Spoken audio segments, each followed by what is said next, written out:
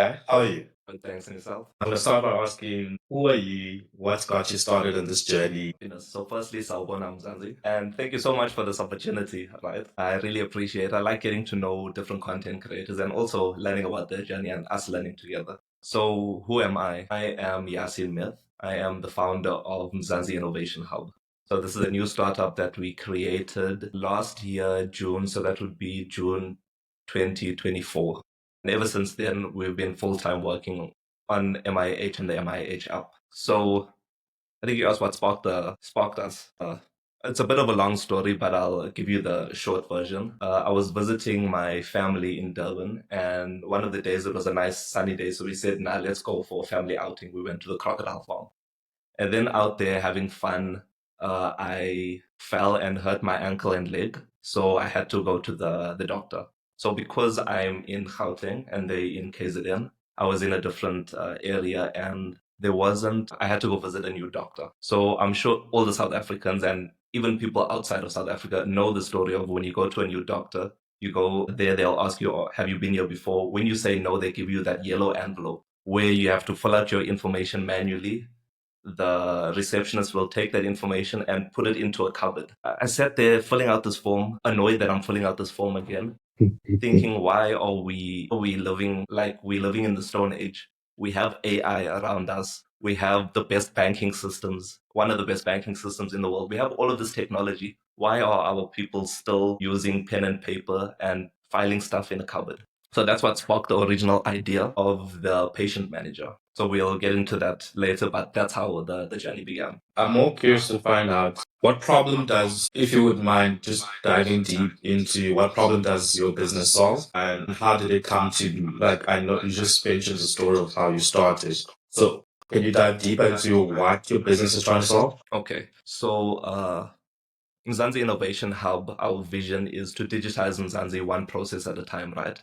And also create the platform that enables you to have different packages to solve both your personal and business, or to improve your personal and business life with these packages, right? So MIH is not solving one problem.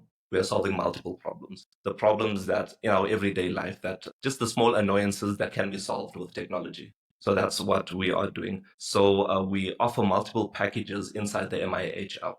So like I mentioned, the one package is the patient manager. The other package, which I think got me a little bit popular, is the Mzansi wallet. So I'll speak on the Mzansi wallet first, because those are the two flagship features or flagship products that we offer. So the Mzansi wallet is basically removing our loyalty cards from our physical wallet and putting it somewhere digitally for us. Because I have a stack of cards over here. So you'll see all of these cards used to be in my wallet. I imagine all of these cards in your wallet at once, right? So now we remove them all, and now they're all sitting on your Mzansi wallet. So when you're going out to your different shops, and I like deals, I like getting the best discount, and Ramaphosa's economy is no joke. So we love getting the discount. So you go there with your Mzansi wallet. That's so true. Yeah. You scan it, and then everything is fine. So that's freeing up the space in your physical wallet, right? Sometimes I don't even go out with my wallet, because I have the Google Wallet for payments, Mzansi Wallet for points and loyalty stuff. So that's the one solution. That's the one package. I know it's similar to StoreCard, but then for me it was a proof of concept to say StoreCard is such a popular app. Can I recreate it on my side? And it was done. That gave me the confidence to say I can do whatever I want to do with MIH. It's not only one idea and then I'm done with it. I can improve upon it. I can solve other issues. What has been the biggest challenge for you? Like, starting The this? biggest challenge, I think, so I was very gung-ho in the beginning. I was ready to build the application so it was the patient manager in the beginning. Once the patient manager was ready, I was out in the streets trying to go to different doctors' offices and trying to offer them the business.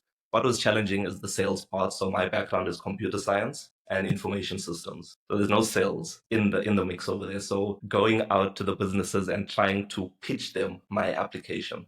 And also back then, I think the amount of users that were using my app was my family, and that's it.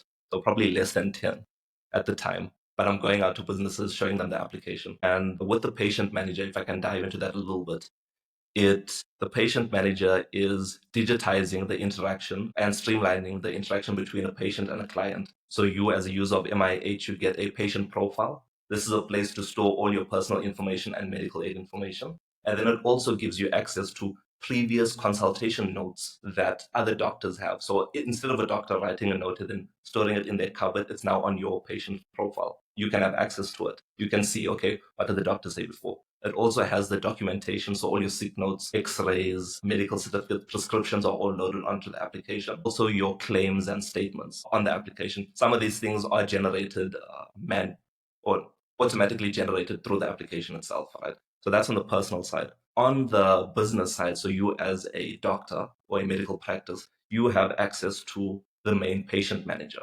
So that patient manager gives you a waiting room. So this is like a calendar where you have your different appointments for the day. And once you click on it, it'll give you access to that patient's profile.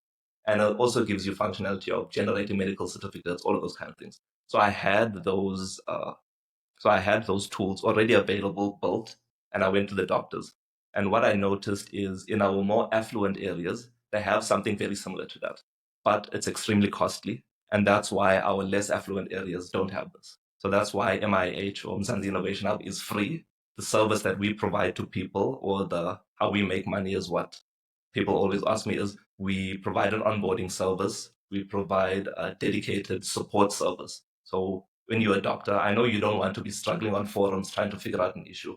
You want someone to email or call right now. So that's the service that we offer.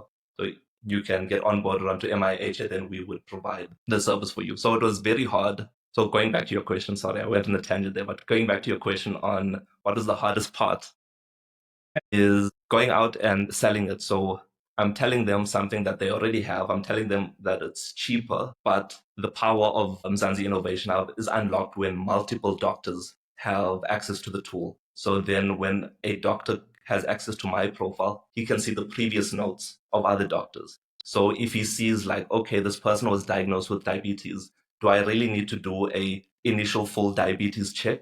Or do I need to just check these sugar levels to see if it's fine? It's a completely different way of thinking of things. And you have access to that data. You share it with whoever you want to share it with. Any technology advancements that you plan to add to the app? I could imagine blockchain. There's world chain coming in that would, in terms of security levels, how do you deal with those concerns from customers? Because that's their personal information. How do you prevent misuse?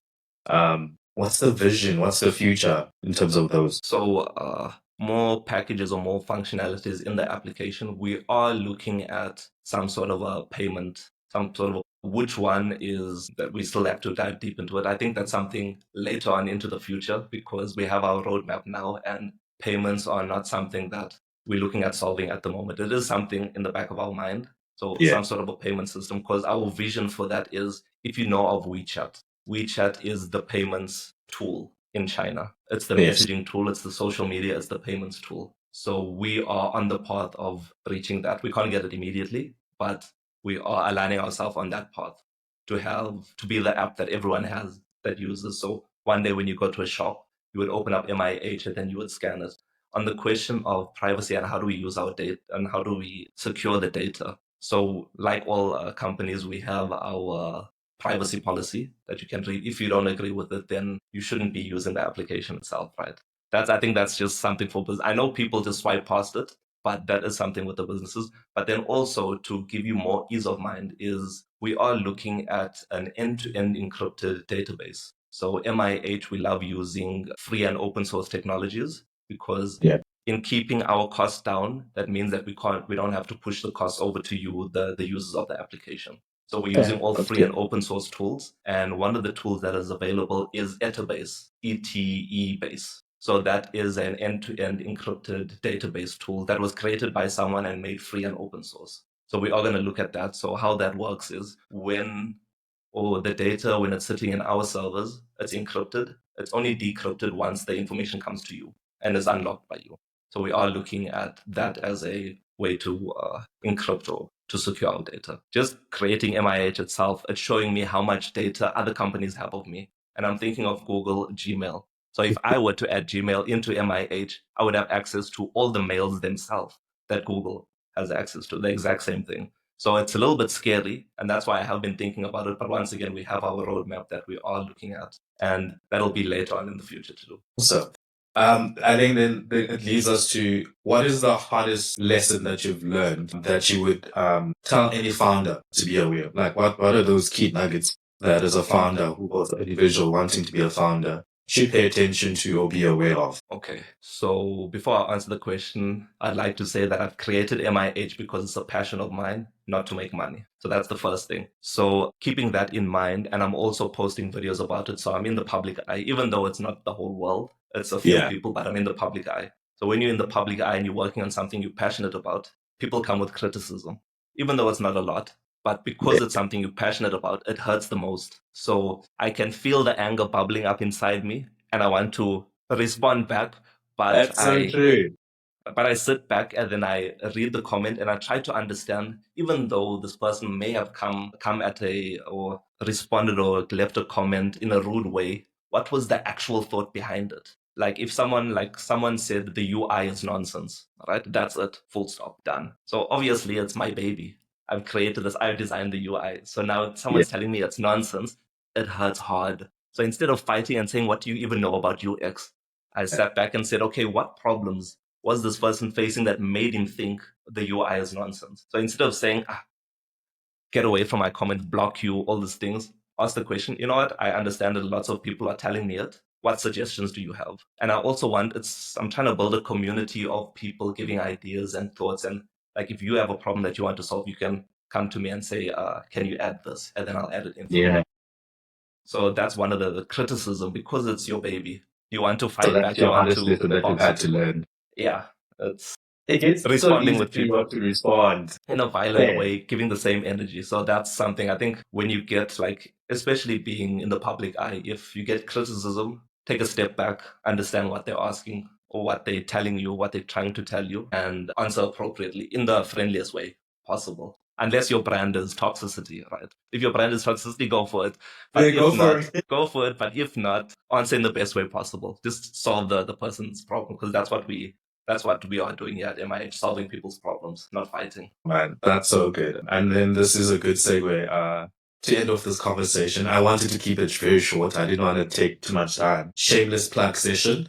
So who you are, what's your brand, how do you want us to know you, where do we support you, how do we support you, what's that last message you want people to know about MIH? Okay, so MIH is not just for South Africa. That's why we're not South African Innovation Hub. We call Mzansi Innovation Hub. And in my mind, Mzansi's borders reach far outside of South Africa. If you look at our brothers and sisters in Namibia, Botswana, Zimbabwe, we're all just the same people. We just have different names of the place that we stay. So that's why we're Mzansi Innovation Hub. So to support us, you can download MIH. So we are available on the Google Play Store, Apple App Store, and on the web. All you have to do is just search Mzansi Innovation Hub. We'll pop up there at the top of the list. So you can download the application, create an MIH account, and support us in that way. And then also we are on multiple social media platforms, if not all social media platforms. So you can follow us there and like, comment, follow, subscribe, all those other things. And also something new that we started doing fairly recently, middle of April, is we started live streaming now. One of our intentions with MIH is not just to create a platform and become billionaires. It's also to teach you how everything works in the back end, because doing it myself, understanding how this all plugs in and works is a little bit hard. So we are live streaming and learning together. There's mistakes that are made. Things break all the time. I'm opening the curtain to show you what actually happens. So that's a fun thing that we're doing, and it's also a way for us to try and generate some revenue. And also, if you are a doctor, you have a medical practice, you can contact us. I'm not sure, you can leave my email address somewhere in the videos. Yeah, we'll do. You can contact us, you can reach out to us. One of the products that we offer is the Mzansi tablet. So instead of you going out and buying a whole computer, you have the Mzansi tablet. It's a normal tablet just to make it easy for you to access MIH. That's one of the products that we offer. So you can see here's MIH over here. So that's one of the products, and also the support that we're looking at. So we can have a conversation. First consultation would be free. We would just discuss to see if it's a good fit for you, and then we can move forward from there. And also you can email me if you have any ideas or anything like that. Using my email address, we'll work together to create something great. That's cool. That's dope. And it's the end of the session.